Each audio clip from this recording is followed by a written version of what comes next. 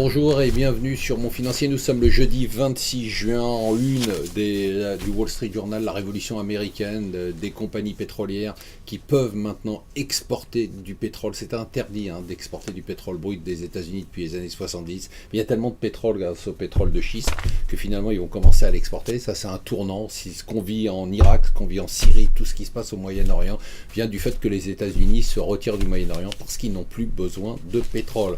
Grande question, un rapport, quelle France dans 10 ans, comment la France peut se réformer. Ça fait l'objet d'un rapport qui a été commandé par le gouvernement, en gros, éducation, réforme de l'État, logement. Alors justement, le logement, c'est vraiment incroyablement pathétique. On a quand même perdu 2 ans à cause de Duflot et maintenant on valse tout simplement d'un revers de manche à tout annuler ou quasiment tout annuler les mesures qui ont été prises pendant 2 ans, qui ont bloqué tout le secteur.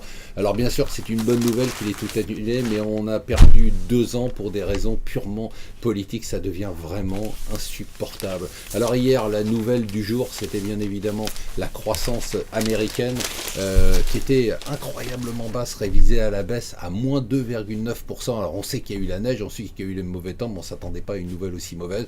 Mais finalement, les gens disent maintenant, c'est une bonne nouvelle parce que derrière, tout est en train de rebondir. Donc les prochains chiffres de la croissance au deuxième trimestre seront très bons. Il y a un sommet européen qui s'ouvre et qui lui aussi va être un tournant. Un tournant puisque l'Angleterre, elle, prépare sa sortie. On a vraiment cette sensation-là. Cameron est maintenant le seul avec la Hongrie à s'opposer à la nomination de Jean-Claude Juncker. Et d'un autre côté, on a Matteo Renzi qui est crédible alors que la France ne l'est pas puisqu'il a fait des réformes et qui dit maintenant il faudrait quand même s'orienter vers un peu plus de croissance et un peu moins d'austérité. Donc on va voir ce qui va se passer.